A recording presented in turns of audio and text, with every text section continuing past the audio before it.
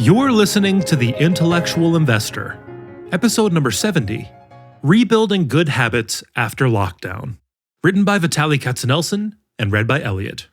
To read this article online or to listen to more episodes, visit investor.fm.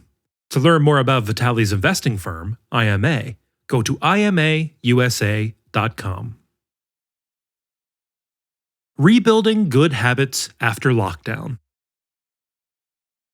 I loved spending the last 2 months at home. What made this time special was that I got to spend it with my whole family. In 2019, my son Jonah graduated from high school and went to Israel for a gap year. While in Israel, he took classes at American Jewish University, did an internship at a fintech startup, and played tourist. After he had been with us all his life, Jonah's leaving the house and going to a different country was really difficult for me. I was crushed. I wrote about it at a link in the show notes. I missed having him at home. His Israeli adventure was supposed to last till May, but in early March, he grew concerned that Israel or the US would close its borders, or airlines would stop flying, and he wouldn't be able to return in May, so he came home early. We, my wife and daughters, are spending more time with Jonah now than when he was in high school. He is taking social distancing very seriously, and thus not seeing his friends other than for a walk in the park. We are on the winning side of this equation. He is home almost all day. After not seeing him home for 7 months, this is the best gift I've gotten all year. He is still finishing the semester he started in Israel, and so he is taking classes online at midnight when it's morning in Israel. In fact, this coronavirus life is a bit surreal. Yesterday, on a weekday, all my kids were sitting in the backyard and studying. Hannah, 14, was quote-unquote in school with all her classes online. Mia Sarah, 6, was doing Khan Academy on her iPad. And Jonah was writing an essay. At the beginning of the coronavirus quarantine, I was home champion of Connect 4. Not anymore. Mia Sarah is beating me in this game half the time, and she is beating her older sister and her mom all the time. Playing Connect 4 brought Mia Sarah and me closer together. It's something that is ours. She'll sneak it into my office and say, "I'll beat you." For those who read or listened to my personal manifesto, which you can have emailed to you at a link in the show notes, here is a postscript update on Jonah's CU Boulder adventure. Since Jonah was a little pup, I took him to CU Boulder football games. My partner Mike is CU alum and had season tickets for 45 years. Jonah's dream was to go to CU Boulder. This dream was shattered last year when CU did not accept him. He was terribly upset for a few days. But instead of joining the CU rowing team or going to a different school, Jonah took the rejection as a challenge to overcome. He took a year off and was determined to apply again this year. I have never seen him be more determined to achieve anything. He got perfect grades at American Jewish University. He spent a month working on his entrance essay. I provided only superficial feedback, and he applied again and was accepted to CU Boulder with an academic scholarship. Not being accepted to CU Boulder the first time, though it was devastating, ended up being a great thing. He would not have had the opportunity to spend 8 months in Israel, make new friends, learn how to cook, and see and experience that wonderful country. Most importantly, he overcame an obstacle, all on his own. Rebuilding Good Habits After Lockdown. Though I loved working from home, I now realize that it has come at a cost. In March and April, I destroyed most of the good habits I had worked very hard to build over the last few years. I stopped working out with my trainer for social distancing reasons, and thus stopped working out. I really need external pressure. I have not ridden much in April.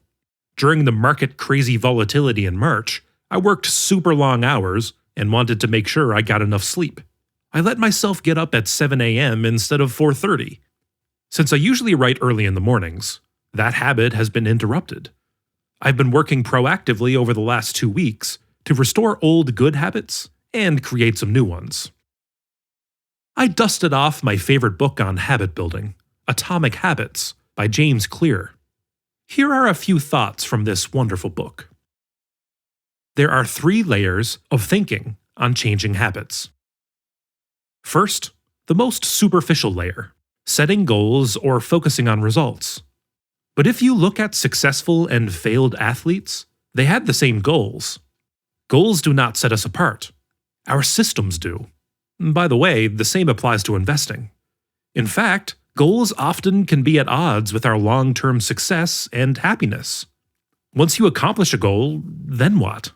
We should enjoy the journey more than the destination. Goals, that is destinations, do have value, as they set a direction. This brings us to the second layer of thinking, systems, creating an environment and processes that help us achieve our goals.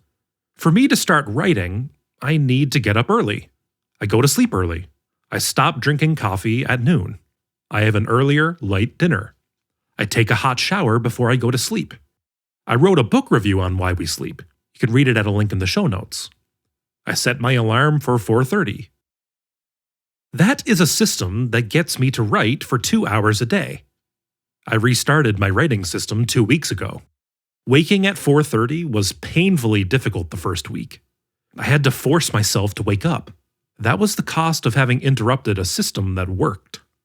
Last week, it got easier. I wake up, splash water on my face, make coffee, put on my headphones, hit play on my Spotify playlist, and write till 6:30. One trick I learned from James Clear is stacking one good habit on top of another. After I finish writing, I go for a 3-mile walk in the park for an hour. I love these walks. I listen to books, music, and podcasts. One of my favorite quotes from James Clear is, "You do not rise to the level of your goals, you fall to the level of your systems." And finally, we have the third layer of thinking on changing habits, our identity. Your identity is your self-image, your worldview. Clear writes, quote, "The more you repeat a behavior, the more you reinforce the identity associated with that behavior. In fact, the word identity was originally derived from the Latin word essentitas, which means being, and identidum, which means repeatedly. Your identity is literally your repeated beingness." End quote. I am the person who writes. I am a healthy person. I am the person, you fill in the blank. Eating cheeseburgers and washing them down with milkshakes is contrary to the identity of a healthy person. So, lunch at a Sonic drive-in is out if you want to be healthy. Sorry, Sonic lovers. I may have written about this before, but the story is worth repeating. I have a good friend, an Orthodox rabbi. He was at my house and told me that he had gained a lot of weight. He said, "I eat too much bread." I told him that he needed to change his identity to that of a person who doesn't eat bread. He was puzzled. I said, "Well, how much energy does it take you not to eat pork?" He said, "None. I don't eat pork." "Do the same with bread," I said. He did. He called me a few months later, thanking me for the weight he had lost. Here is another example. You offer a cigarette to 2 people who used to smoke. One says, "Thank you, I'm trying to quit smoking." The other says, "Thank you, I don't smoke." Who do you think is going to continue not smoking?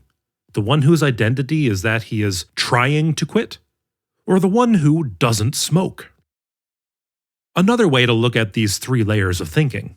Systems are what you do, outcomes are what you get, and identity is what you believe in. The beauty of this 3-layered framework is that you can completely rewire your identity, that is, your perception of who you are, by setting goals, designing a system that is easy to follow and that works for you, and then faking it until you make it. Yes, you may be faking it. If you are 350 pounds and can barely walk up a flight of stairs, you're faking if you're telling yourself that you're a healthy person. However, once you embody the behavior of a healthy person and start losing weight, It'll be easier to convince yourself that you're healthy once you get to 280, then to 250 and 200, and you're moving with ease. When writing was a habit, I did not have to force myself to write. Writing was part of my identity. I was the person who got up every morning and wrote. After not writing for a month, I realized without it, my brain is complete chaos. Just like working out is exercise for my body, I feel mushy when I skip workouts. Writing is exercise for my brain. It is not something I do in addition to investing. No, it is a necessity for me. It's how I keep my brain tuned and how I connect and organize my otherwise chaotic thoughts. I guess now is a good time to come out of the closet and admit to myself that I am a writer. It is one of my identities. I always thought being a writer would chip away at my being an investor. Now I don't see them as mutually exclusive, but complementary. Now that I'm thinking about it, when I started thinking of myself as a student of life, I became more open-minded about the world around me.